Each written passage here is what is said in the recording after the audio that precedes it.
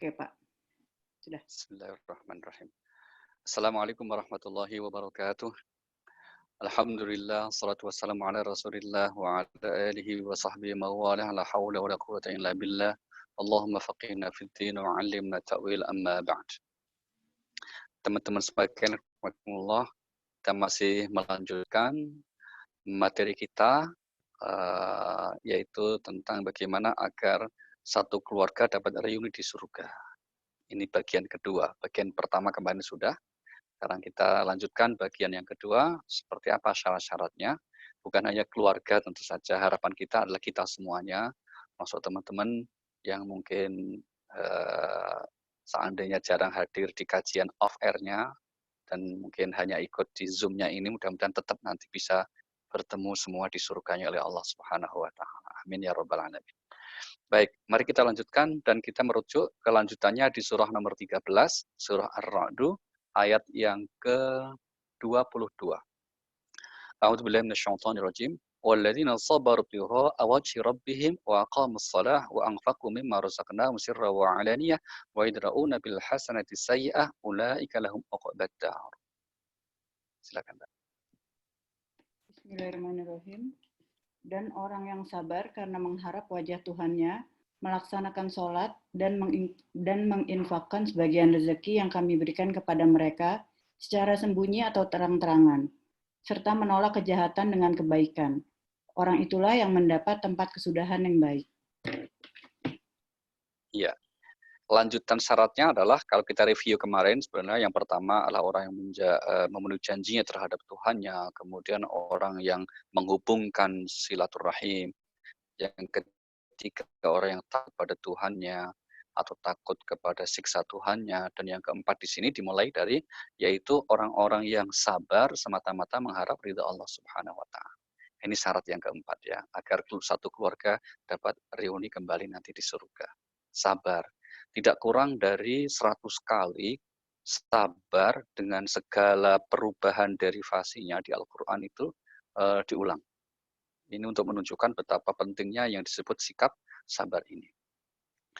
Mari kita lihat misalnya, ini sekedar kita berikan contoh-contoh ya bagaimana Al-Quran menjelaskan tentang sabar ini. Dalam konteks pertama tentu keutamaannya. Ya. Keutamaan orang sabar itu akan selalu diberikan pertolongan oleh Allah Subhanahu wa Ta'ala. Ini bagi orang yang sabar. Mari kita lihat misalnya surah nomor 2 Al-Baqarah ayat 153.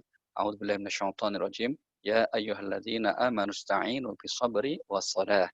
Innallaha ma'as sabirin. Bismillahirrahmanirrahim.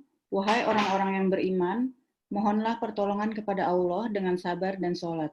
Sungguh Allah beserta orang-orang yang sabar. Ya, mohonlah pertolongan kepada Allah dengan sabar. Dan juga doa atau sholat. Sehingga Allah akan selalu menyertai orang-orang yang sabar dan selalu memberikan pertolongannya. Maka untuk dapat menjemput dan dapat meraih pertolongan Allah selalu dalam segala hal urusan kita, salah satu syarat yang harus kita penuhi apa? Senantiasa berusaha bersikap sabar. Kemudian yang kedua, keutamaannya adalah orang yang sabar itu akan selalu diberikan balasan, pahalanya tanpa batas. Ini yang kedua. Mari kita lihat misalnya di surah nomor 39, surah Az-Zumar, ayat yang ke-10. A'udzubillahi minasyaitonirrajim. Qul ya ibadilladzina amanu taqu rabbakum lilladzina ahsanu fi hadhihi dunya hasanah wa ardullahi wasi'ah. Innama yuwaffas sabiruna ajrahum bighairi hisab. Bismillahirrahmanirrahim. Katakanlah Muhammad, wahai hamba-hambaku yang beriman, bertakwalah kepada Tuhanmu. Bagi orang-orang yang berbuat baik di dunia ini akan memperoleh kebaikan, dan bumi Allah itu luas. Hanya orang-orang yang bersabarlah yang disempurnakan pahalanya tanpa batas. Nah, hanya yang bersabar yang disempurnakan pahalanya apa? Tanpa batas. Biasanya amal kebaikan itu diberikan keterangan berapa banyak pahala yang diraih. Contoh membaca Al-Qur'an 1 huruf ya, itu sampai kemudian 10 sampai 50 kebaikan. Berinfak itu 10 sampai 700 kebaikan atau pahalanya. Tapi ada satu amal pahala yang oleh Allah dinyatakan tidak terbatas saking banyaknya. Apa itu? Itu adalah kesabaran. Ini akbar itu banyak sekali keutamaannya. Yang ketiga apa? Orang yang sabar itu termasuk menjadi ciri utama orang yang bertakwa. Ya. Jadi ciri utama orang bertakwa itu diantaranya memiliki sifat sabar. Maka kalau orang berpuasa ya harus sabar. Mari kita lihat contoh ayatnya agak panjang penjelasannya nanti di bagian tengah ayat Allah berfirman ya di surah nomor 2 Al-Baqarah 177 A'udzubillahi minasyaitonirrajim laisal birra an tuwallu wujuhakum qibala al-masyriqi wal maghrib walakinnal birra man amana billahi wal yawmil akhir wa qama shalah wa ata zakah wa aqama shalah wal mufuna bi ahdihim idza hadu was sabirina fil ba'sa'i wad dharra. Agak panjang ayatnya ya. Bismillahirrahmanirrahim. Kebajikan itu bukanlah menghadapkan wajahmu ke arah timur dan ke barat, tetapi kebajikan itu ialah kebajikan orang yang beriman kepada Allah, hari akhir, malaikat-malaikat, kitab-kitab dan nabi-nabi, dan memberikan harta yang dicintainya kepada kerabat, anak yatim, orang-orang miskin, orang-orang yang dalam perjalanan atau musafir, meminta-minta dan untuk memerdekakan hamba sahaya, yang melaksanakan sholat dan menunaikan zakat, orang-orang yang menepati janji apabila berjanji, dan orang yang sabar dalam kemelaratan, penderitaan, dan masa peperangan. Mereka itulah orang-orang yang benar, dan mereka itulah orang-orang yang bertakwa. Iya, orang yang sabar. Disebut kata kuncinya di sini adalah orang yang sabar. Nah, maka dari ciri utama orang yang bertakwa itu adalah orang-orang yang sabar. Baik, itu satu aspek tentang kesabaran. Nah, kemudian kita lihat dalam urusan apa kita diperintahkan untuk bersabar. Dalam hal apa kita untuk diperintahkan untuk bersabar. Tentu saja perintah bersabar itu dalam segala keadaan, dalam segala hal. Namun para ulama dan juga kemudian Al-Quran memberikan beberapa contoh dalam urusan apa kita harus bersabar itu. Misalnya, kita bersabar kalau kita menyikapi orang yang tidak suka dengan kita. Itu Allah suruh kita untuk bersabar. Ya, ada orang yang mengata-ngatai atau mengfitnah atau menghina, gitu ya. Itu langkah pertama nomor 1, coba kamu sabar. Gitu. Ini disebut di surah 73 Al-Muzammil ayat yang ke-10. Wasbir 'ala ma yaqulun wahjurhum hajran jamila. Begitu bunyinya. Bismillahirrahmanirrahim. Dan bersabarlah Muhammad terhadap apa yang mereka katakan, dan tinggalkanlah mereka dengan cara yang baik. Tuh. Nomor 1 apa? Sabar atas ucapan mereka. Sabar atas postingan mereka. Sabar atas status mereka yang nyindir-nyindir kita. Misalnya gitu kan. Dan setelah kita sabar, kok enggak berubah-ubah kita sabari gitu ya. Kita bersikap sabar, orang enggak berubah juga. Maka tadi Allah bilang di ayat selanjutnya, wahjurhum, tinggalkan, jangan hiraukan lagi ucapan dan perilaku orang itu. Nah ini yang pertama untuk dalam urusan itu. Kemudian juga kita itu diperintahkan sabar untuk melaksanakan perintah Allah atau kebaikan. Ya, contohnya misalnya di surah 74 ayat yang ke-7 Allah berfirman wali rabbika fasbir. Surah 74 namanya surah Al-Muddatsir ayat yang ke-7. Bismillahirrahmanirrahim. Dan karena Tuhanmu, bersabarlah. Nah, dan karena Tuhanmu dan untuk melaksanakan perintah Tuhanmu dan juga untuk menjauhi larangan Tuhanmu, maka bersabarlah. Sehingga untuk meraih kebaikan-kebaikan itu tidak ada cara lain kecuali bersabar. Terlebih kita puasa Ramadan. Puasa Ramadan sebentar lagi dalam situasi kita wabah ini jelas membutuhkan kesabaran lebih daripada yang biasa. Gitu ya. Itu kemudian juga ada perintah bersabar khususnya dalam menghadapi urusan keluarga. Ini penting ini, ya. Apalagi suami, istri, anak, orang tua semua kan sedang di rumah semua itu kan. Nah itu penting untuk kemudian kita saling menguatkan kesabaran, gitu ya. Kalau sedang normal kan mungkin tidak punya waktu untuk berkumpul. Nah, giliran diberi kesempatan untuk berkumpul, ternyata terkadang nggak sabar. Nah, tapi itu bukan jamaah sini ya, bukan jamaah pengajian Zoom kita ini, tapi itu jamaah lain ya, di negara lain. Kalau kita insya Allah nggak ya, nggak ada bedanya. Gitu ya. Oh enggak ya, benar insya Allah. Baik, kita lihat misalnya surah nomor 21:32. Allah berfirman apa? Wa'mur ahlaka bis-shalah wastabir 'alaiha. La nas'aluka rizqa. Gitu.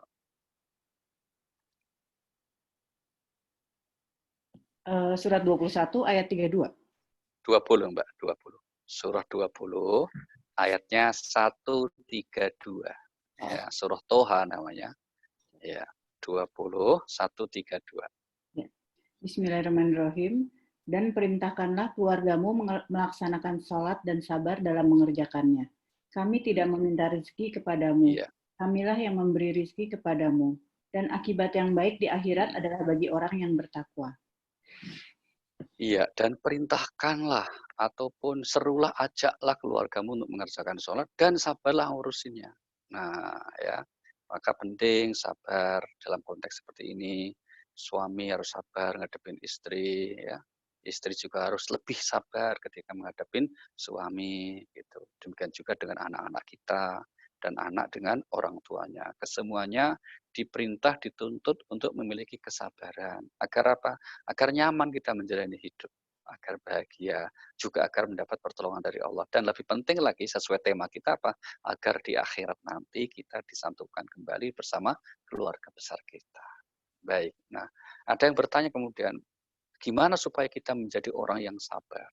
Nah, merujuk ke Al-Quran, di antara syarat agar kita menjadi atau dijadikan Allah sebagai orang sabar, nomor satu apa? Kita diperintahkan untuk saling berpesan dalam kesabaran. Ini ayatnya nggak usah dibaca karena sudah hafal ya. Ya surah Al-Asr itu watawasau bil haqqi watawasau bis sabr. Nah, jadi artinya apa? Kita sedapat mungkin mencari kawan, mencari teman, ya, mencari kawan, mencari teman yang saling menguatkan kesabaran. Nah, maka carilah teman-teman, kawan-kawan yang menurut kita sabar agar kita ketularan menjadi orang sabar. Tuh. Kemudian yang kedua, agar kita menjadi sabar, maka caranya bagaimana? Caranya adalah dengan meyakini bahwa segala hal yang menimpa kita ini pasti akan ada hikmahnya, ada kebaikannya. Itu cara kita menjadi sabar. Isyarat ini misalnya kita lihat surah 18 ya. Di surah 18 ayat 68. Surah Al-Kahfi namanya. Surah Al-Kahfi.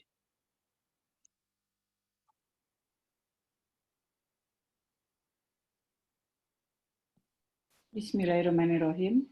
Dan bagaimana engkau akan dapat bersabar atas sesuatu, sedang engkau belum mempunyai pengetahuan yang cukup tentang hal itu.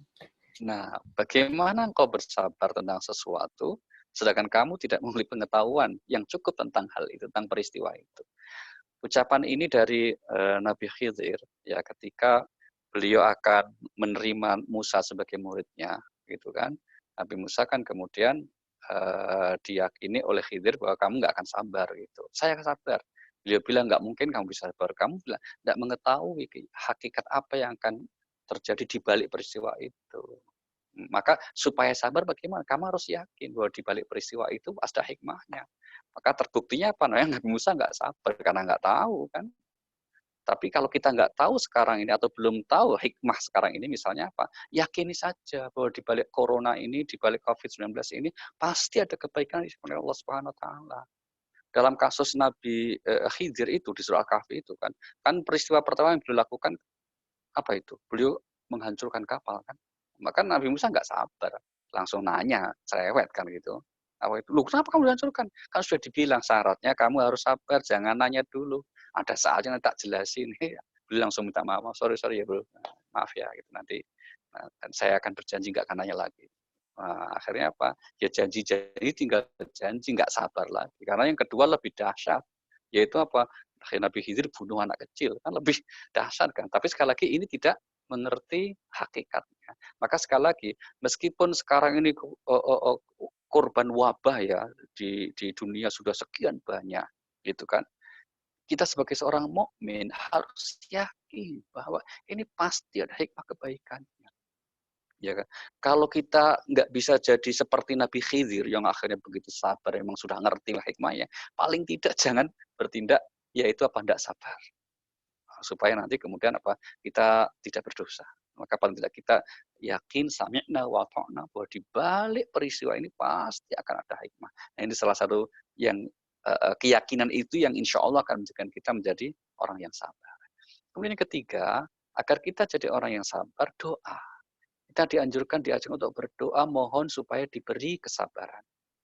Di antara doa yang diajarkan Allah misalnya, ini melalui lisan Nabi Musa alaihissalam, maka beliau minta kesabaran karena dalam sejarah Nabi Musa itu sangat dikenal sebagai seorang nabi yang agak temperamen ya. Ini surah nomor 7 ayat yang ke-126. Doanya begitu. Wa ma tanqimu minna illa an amanna bi ayati rabbina lamma ja'atsna. Rabbana afrigh alaina sabran wa tawaffana muslimin.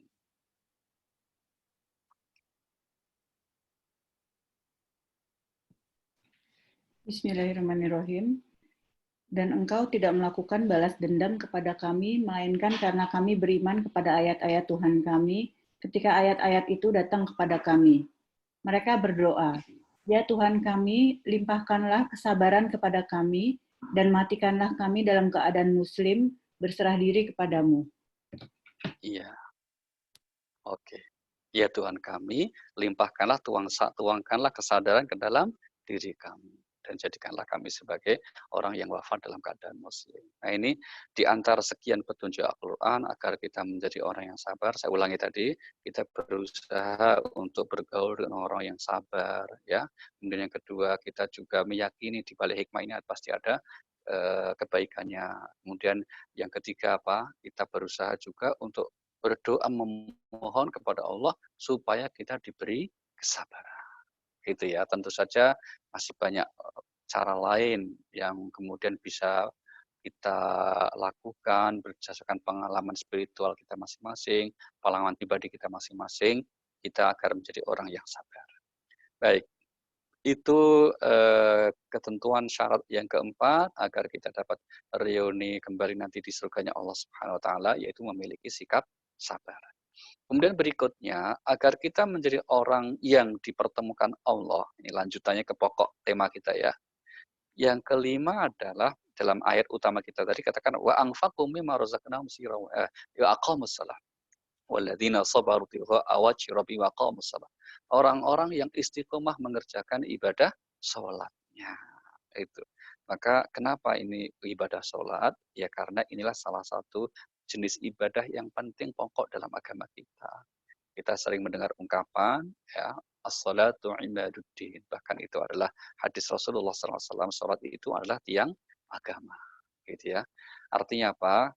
Sedapat mungkin kalau ibadah lain itu kan ada bentuk semacam dispensasi rukhsah keringanan ya untuk tidak mengerjakan. Contoh puasa. Nanti puasa ini misalnya bagi yang usia lanjut, bagi yang sakit permanen, bagi yang berada di garda depan misalnya menangani wabah penyakit ya.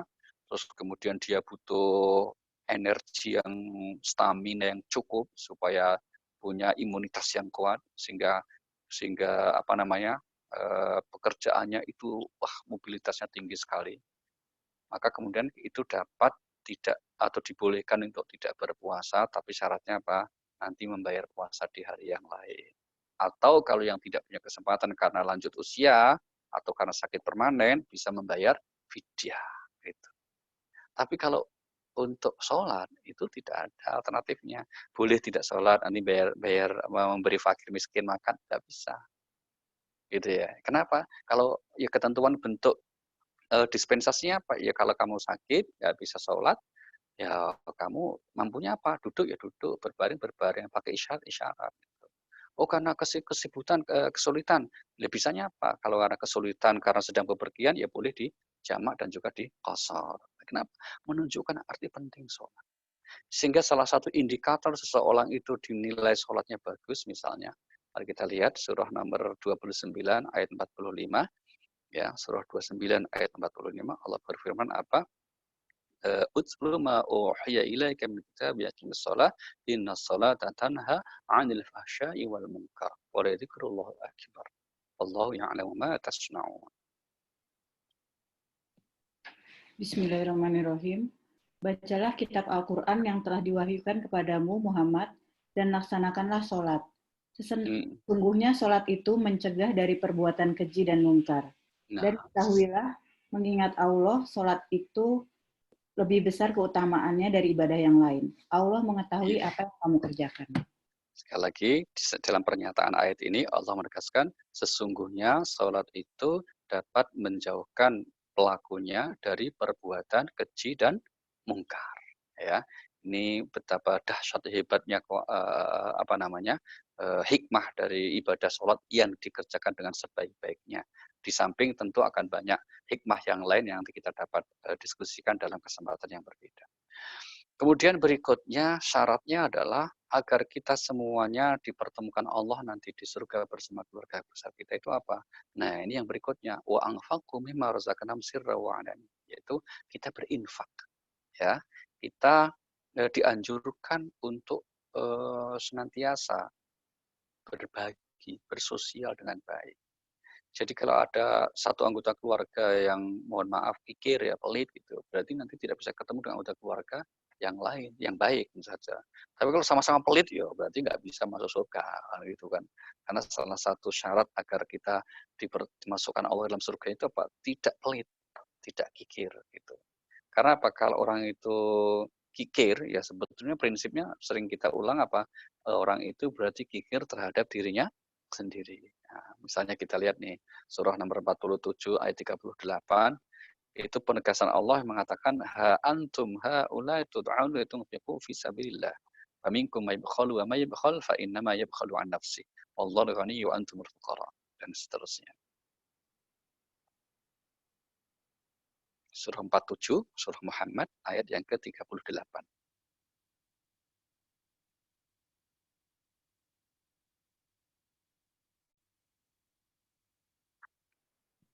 Bismillahirrahmanirrahim. Ingatlah, kamu adalah orang-orang yang diajak untuk menginfakkan hartamu di jalan Allah. Lalu di antara kamu ada orang yang kikir. Dan barang siapa kikir, maka sesungguhnya dia kikir terhadap dirinya sendiri. Iya. Dan Allah lah yang maha kaya, dan kamulah yang membutuhkan karunia-Nya. Dan jika kamu berpaling dari jalan yang benar, dia akan menggantikan kamu dengan kaum yang lain, dan mereka tidak akan durhaka seperti kamu. Iya, barang siapa kikir, sebenarnya dia kikir terhadap dirinya sendiri. Maka yang menjadi penting agar kita berlindung kepada Allah dari sifat kikir ini ya, dan juga penting untuk kita sampaikan kepada anak-anak kita agar tidak menjadi orang yang kikir nantinya. Kenapa? Sekian banyak kebaikan yang disiapkan oleh Allah bagi orang-orang yang tidak kikir, bagi orang-orang yang suka berbagi, bersosial dengan baik. Maka itu ini universal ya, nggak hanya orang Muslim. Kalau ada orang non Muslim, orang bahkan nggak punya Tuhan, nggak percaya Tuhan sekalipun, kalau dia secara sosial meskipun motifnya mungkin karena humanisme, motifnya karena hubungan sosial, tetap saja itu secara sunatullahnya itu akan diberikan keberuntungan. Karena sudah janji Allah seperti itu. Mari kita lihat misalnya ya, surah nomor 64 ya, 64 ayat yang ke-16. Ini di Al-Quran diulang 2 kali, satu 64, 16, satu lagi surah 59 ayat 9. Tapi yang kita baca surah 64 saja nih, ayat 16. Fattakullah mastata'tum wasma'u wa ati'u wa anfiqu khairan li anfusikum. Wa ma yuqa syuhha nafsihi faulaika humul muflihun. Bismillahirrahmanirrahim. Maka bertakwalah kamu kepada Allah menurut kesanggupanmu, dan dengarlah serta taatlah. Dan infakkanlah harta yang baik untuk dirimu. Dan barang siapa dijaga dirinya dari kekikiran, mereka itulah orang-orang yang beruntung. Nah, barang siapa yang dijaga dirinya dari kekikiran, mereka itu orang yang beruntung. Ya, jadi hidup paling enak itu jadi orang selalu beruntung. Ya. Kenapa? Ya namanya beruntung selalu enak. Kalau orang bodoh kalah sama orang pinter kalah sama orang licik biasanya. Tapi orang licik mesti kalah sama orang yang bejo, yang selalu beruntung. Agar kita selalu beruntung, bagaimana caranya? Jangan pelit. Nah, jangan jadi orang gigih. Itu baru satu itu. Banyak sekali. Kita lihat beberapa contoh kasus aja ya. Yang kedua apa? Kalau orang itu nggak gigir, segala kesulitan hidupnya akan diberi kemudahan. Itu janji Allah itu. Akan mudah untuk menuju jalan kemudahan, jalan kebahagiaan. Ini surah nomor 92 ayat yang kelima sampai 7. Fa amma man a'ta wattaqa wa saddaqa bil husna fasanuyassiruhu lil yusra. Gitu. Surah Bismillahirrahmanirrahim. 92. Ya. Maka barang siapa memberikan hartanya di jalan Allah dan bertakwa dan Ya. membenarkan adanya pahala yang terbaik, surga, maka akan kami mudahkan baginya jalan menuju kemudahan kebahagiaan. Nah, iya, akan kami mudahkan jalan menuju kemudahan kebahagiaan. Siapa? Orang-orang yang memberi sesuatu dengan niat yang benar, ya, kira-kira gitu. Nah, maka kemudian kalau sekarang ini kita dalam situasi sosial kita yang terdampak, ya mungkin juga perlu kita berikan pertolongan bantuan, tapi harus pintar kita jaga diri, jaga hati, supaya pertolongan kita ini kemudian betul-betul akan diterima oleh Allah Subhanahu wa taala. Dengan cara apa? Dengan cara kita semata-mata mengharap ridha Allah Subhanahu wa taala. Bahwa kemudian kita foto, kemudian kita share, itu niatnya menginspirasi yang lain itu bagus juga, gitu ya. Niatnya untuk mendorong orang lain juga dapat melakukan hal yang sama, itu niat yang bagus. Berarti apa? Kita tidak beramal sendirian. Tapi ada kalanya kita beramal, kita rahasiakan, bagus juga. Jadi ada saat-saat tertentu yang kemudian kita harus melakukan amal itu proporsional dalam pengertian niatnya gitu ya. Nah ini yang kedua. Jadi apa? Barang siapa yang tidak kikir, hidupnya akan selalu berkeuntungan, dan yang tidak kikir, yang suka berbagi akan diberi jalan kemudahan. Tentu akan masih panjang ya, daftarnya banyak sekali bagi orang-orang yang tidak kikir, itu akan selalu diberi kebaikan oleh Allah Subhanahu wa taala. Tapi intinya apa? Intinya bahwa kalau kita tidak atau belum bisa membantu dalam hal materi misalnya, ya memang dalam berbagi kan nggak harus sesuatu yang bersifat materi. Dalam konteks apa saja kalau kemudian kita niatnya dengan ikhlas untuk berbagi, insya Allah itu juga akan berbuah kebaikan di sisi Allah Subhanahu wa taala. Terlebih di bulan Ramadan ini, maka tentu menjadi bulan yang istimewa, kesempatan yang istimewa untuk ladang amal yang istimewa, untuk kita perbanyak amal kebaikan-kebaikan sesuai dengan kapasitas dan kemampuan kita masing-masing. Baik, yang terakhir, syarat agar satu keluarga dapat reuni kembali di surga, kata ayat utama kita di atas tadi adalah wa yadra'una bil hasanati sayyi'ah, yang sanggup membalas kebaikan atas keburukan yang dia terima. Saya ulangi, yang sanggup membalas kebaikan dengan kebaikan atas keburukan yang dia terima. Ini yang nggak berat, yang berat ya, maksud saya yang cukup berat itu. Karena kalau kita misalnya membalas kebaikan atas kebaikan yang kita terima, itu namanya orang yang baik, orang adil itu. Ada teman kita berbuat baik, kita juga balas baik, itu orang baik itu. Yang jahat kan ada orang berbuat baik tapi dia balas dengan keburukan, itu jahat sekali itu kan. Nggak bisa berterima kasih namanya, tidak pandai bersyukur itu. Dan ini lebih hebatnya itu kalau ada orang yang jahat kepada kita, kok kita sanggup memberikan kebaikan. Ibaratnya apa? Kita diberikan air tuba, kita balas dengan air susu. Wah, itu puncak kebaikan yang seperti itu. Nah, tentu saja seandainya kita belum bisa bersikap seperti itu, paling tidak bisa kita mengarah menuju ke arah sana, yaitu dengan cara apa? Kita memaafkan orang yang jahat dengan kita. Itu poinnya. Kalau menurut Al-Quran kan urutannya begitu. Surah nomor 3, 134, ya. Itu urutannya nomor 1, kalau kita sudah bersosial dengan baik, ada orang jahat sama kita, tahan amarah kamu. Ya, tahan amarah. Terus kalau sudah nahan amarah, orang itu nggak berhenti, maka maafkan. Sudah maafkan, mampunya sampai di situ kok belum bisa membalas dengan kebaikan, ya sudah cukuplah. Insya Allah juga sudah baik. Sudah termasuk golongan orang-orang yang bertakwa, yang dijanjikan Allah juga nanti di surga bersama keluarga. Surah nomor 3, 134. Alladzina yunfiquna fis sarra wal dharra wal kadhiminal ghaidha wal 'afina 'anil nas.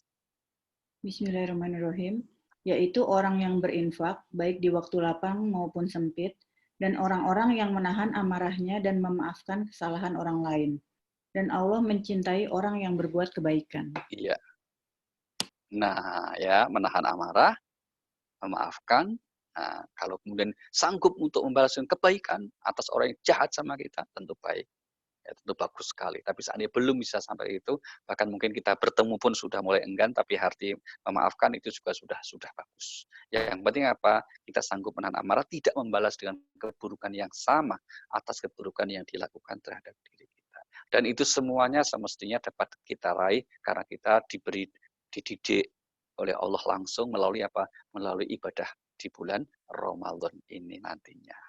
Mudah-mudahan Ramadan kita semakin bermakna meskipun dalam situasi wabah, sekali bermakna karena apa? Karena kita dapat menjalaninya ya full bersama keluarga ya, full selalu buka, selalu makan sahur, berkumpul bersama. Insya Allah mudah-mudahan itu semua akan menjadikan Ramadan kita justru akan semakin bermakna.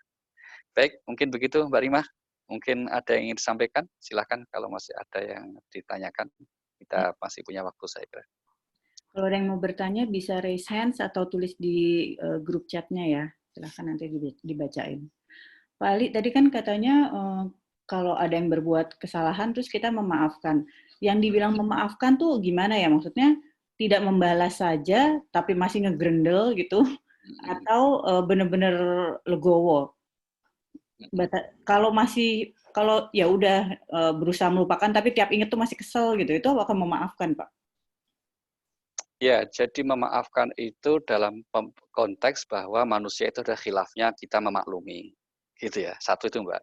Maka kemudian hati kita bisa memahami seperti itu. Tapi kemudian seandainya kesalahannya itu membuahkan sanksi menurut kesepakatannya. Misalnya anak sekolah gitu ya, kan dia berbuat salah. Tapi kan aturannya sudah jelas ada sanksinya. Ya, kita memaafkan berarti kita bisa mengendalikan diri, kita tidak kemudian menjelekkan, memarahinya berlebihan, tapi ya laksanakan saja sanksinya gitu. Misalnya apa, kalau harus dikasih SP ya SP 1. Tapi kita nggak usah, mohon maaf, nggak usah marah-marah, nggak usah apalagi terus kemudian menjelek-jelekan. Nah, itu yang nggak boleh. Maka Rasulullah itu mengatakan cukup tegakkan aturannya dan selebihnya serahkan kepada Allah. Kita memaafkan. Nah, kalau kemudian kita nggak balas tapi ngedumel-ngedumel bagaimana? Ya kalau hanya bahasa batin gedumelnya sendiri, mudah-mudahan kita yang dimaafkan oleh Allah gitu ya. Tapi kalau kemudian gedumelnya sama orang itu, ya itu ya sama orangnya itu ya akhirnya ada kesalahannya itu. Jadi wajar itu biasanya begitulah. Karena kalau nggak digedumelin kan malah malah kesimpan malah masalah gitu kan. Dikeluarkan gedumel-gedumel, nah mudah-mudahan dimaafkan lah kira-kira gitu. Baik, Ini ada ada yang berikutnya bertanya nih. nih, Pak. Ya. Assalamualaikum, mau bertanya, apakah memaafkan harus bertemu dengan orang yang bersangkutan? Apa bisa hanya sebagai niat dan memaafkan dalam hati? Ya, apakah sikap memaafkan atas orang yang jahat sama kita itu harus ketemu muka atau harus diucapkan, diomongkan atau cukup dalam hati? Yang baik cukup dalam hati. Ya, yang baik itu cukup dalam hati saja gitu. Jadi kalau harus jahat, nggak usah terus WA itu kamu udah saya maafkan kok, nggak usah begitu. Nah, kalau dia minta maaf, baru kita bilang. Karena gini, kalau orang yang menyakitin atau dolim sama kita itu tidak minta maaf, meskipun kita sudah memaafkan dalam hati kita, legowo gitu ya, itu orang itu tetap berdosa. Tapi kita dapat pahala karena apa? Memaafkan gitu. Jadi maka kemudian tapi sebaliknya kalau posisi kita salah, wajib kita itu minta maaf bukan mendapat maaf. Kalau sudah minta maaf orang itu jawabnya sampai 7 turunan kamu nggak tak maafin, ya selesai urusan kita. Ya gitu. Jadi posisinya harus dibedakan ya dalam konteks seperti ini bahwa kalau kita memaafkan, masuk bukti konkret kita maafkan itu tidak kemudian mengungkitnya lagi, tidak menjelekkan lagi dengan orang yang lain atau tidak menjatuhkan atau tidak menyebut-nyebut keburukannya. Itu kita buktinya memaafkan. Udah, lupakanlah itu. Tapi ternyata faktanya dia nggak minta maaf sama sekali, ya tanggung jawab dia sama Allah di akhirat masih ada, gitu ya. Ya itu kira-kira secara garis besar seperti itu. Ya, Yang ada ketiga, lagi nanya nih, Pak. Adakah cara untuk meminta Allah agar dapat kelapangan dada memaafkan orang lain dari Allah? Agar mudah memaafkan orang lain? ya di antara doa yang diajarkan misalnya doa Nabi Musa itu juga kita bisa penting kita amalkan ya. Surah Toha ayat 25-26, Rabbi syrahli sadri wa yassirli amri. Ya Allah, lapangkanlah dadaku dan mudahkan urusanku. Ini 2 ayat itu saja ya. Kecuali kalau kita mau tausiah, tambahkan wahlul 'uqdatam min lisani yafqahu qawli. Tapi 2 ayat ini yang mewakili kondisi kita di mana supaya kita punya kelapangan hati, menjadi orang yang pemaaf, dan Allah juga kemudian menuntun kita menjadi pemaaf tuh. Rabbi syrahli sadri wa yassirli amri. Itu surah 20 ayat 25 dan 26. Begitu, Mbak. Jadi yang ini saya yang nanya sih, kalau yang Robis Rohli Sodri itu kelapangan dada itu maksudnya untuk memaafkan orang lain ya? Saya pikir untuk supaya kita nggak ada kesulitan gitu. Bisa dua-duanya, Mbak. Oh, oke. Ya kan, lapang hati itu kan salah satunya bisa kemudian kita dimudahkan urusan kita, tidak sempit hati kita, tapi juga kan lapang hati itu kan termasuk kalau bisa memaafkan. Oh, Kan gitu ya. Termasuk dalam konteksnya doa Nabi Musa ini supaya kemudian beliau lapang untuk bisa memahami Firaun memang kelakuannya kayak gitu. oh. Tidak membalas dendam akhirnya. Gitu ya. Ya, ini ada lagi yang nanya Pak, kalau pemutusan tali silaturahmi gimana? Kadang kita ketemu halo-halo aja, tapi di belakang tuh orangnya tetap menzolimi, terus menjelekin kita terus gimana tuh Pak? Iya. Merujuk ke surah 7 199, surah 7 199, itu Allah memberikan langkah-langkah bagaimana pada akhirnya kita bersikap terhadap orang yang terus-menerus zalim. Ya. Langkah pertama apa? Khuzil afwa, jadilah pemaaf. Langkah kedua apa? Nasihati kalau memungkinkan. Ya, mungkin bisa lewat teman atau lewat yang lain. Klarifikasi. Ini poin kedua ini. Ya. Langkah ketiga apa? Kalau 2 langkah sudah, kok kemudian orang tersebut ternyata di belakang masih mendolimi kita, ngomongin jelek kita, nggak henti-hentian jelekin kita itu ya, maka wa'arid anil jahilin, LGE itu. Tahu ya LGE, lo gue N, selesai. Itu. Nah, mutus silaturahim. Namanya silaturahim itu ini baik, ketemu silaturahim. Kalau ini baik, ini jahat, gitu, ini kan nggak ketemu namanya. Maka kita harus menghindari supaya apa? Tidak ketularan kejahatnya. Nah, maka menjauhi orang yang jahat itu bukan mutus silaturahim. Menjauhi orang yang zalim itu bukan mutus silaturahim. Yang namanya mutus silaturahim ini baik. Nah, kita kok karena baik, karena kemudian kebetulan mungkin ada karena iri atau apa, kita putus. Nah, itu yang nggak boleh. Tapi kalau ini baik kita nih, posisinya kita ini baik. Ini jahat. Ya kemudian kalau kita tetap berteman, malah kita sama-sama jahat. Berarti apa? Ya hindari. Maka menghindari orang yang zalim, perbuatan yang zalim, itu berarti apa? Harus didahulukan. Dan itu bukan memutus silaturahim. Clear ya? Lanjut, Mbak. Ada lagi nih, ada yang ditanya, bagaimana kalau kita memaafkan atas perbuatan orang terhadap kita, padahal orang tersebut tidak merasa bersalah, gimana nih Pak? Ya bagus, ya kan? Bagus. Buat kita yang memaafkan bagus. Tapi bukan orang yang merasa tidak bersalah tadi, urusan dia sama Allah nanti. Yang jelas kita dapat kemuliaan karena dia bisa memaafkan. Ya seringkali memang terjadi seperti itu. Apalagi kalau dalam hubungan suami istri ya, suami itu merasa nggak bersalah, tapi istri maafkan, nah kan bagus itu, kira-kira begitu. Kan seringkali begitu, suami merasa nggak berbuat salah, malah merasa udah berbuat benar toh gitu. Tapi bagi istri, wah sakitnya di sini tuh, gitu. Nah itu seringkali, ya udah maafkan saja lah gitu. Karena kalau diperpanjang malah repot gitu kan, ya sudah dimaafkan saja, meskipun dia merasa tidak berbuat salah gitu. Tapi apakah benar dia tidak bersalah? Nah itu yang menilai adalah Allah Subhanahu Wa Taala. Kan ada hakim yang adil, hakim yang tidak mungkin salah dalam memberi keputusan, yaitu Allah Subhanahu Wa Taala. Begitu, Mbak. Ada lagi yang nanya nih Pak, ini kayaknya masalah banget dengan minta maaf nih. Bagaimana dengan jika kita yang mau berniat yuk minta maaf, tapi orang tersebut tidak mau memaafkan? Ya, kembali ke prinsip tadi ya, kalau kita sudah niat minta maaf, baik langsung ke orangnya maupun mungkin lewat perantaraan orang lain, niat dengan minta maaf yang tulus, orang itu nggak mau memaafkan, tugas kita selesai. Saya ulangi, karena memang kita tidak diwajibkan mendapat maaf. Kita hanya diwajibkan meminta maaf. Gitu.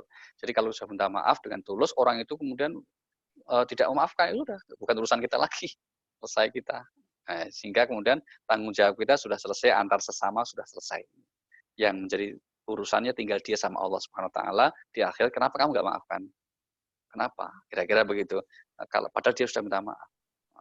Maka kemudian yang akan urusan cuma dia. Kita sudah selesai karena sudah dengan tulus meminta maaf. Jadi ingat, kita hanya disuruh minta maaf, bukan mendapat maaf. Begitu, Mbak?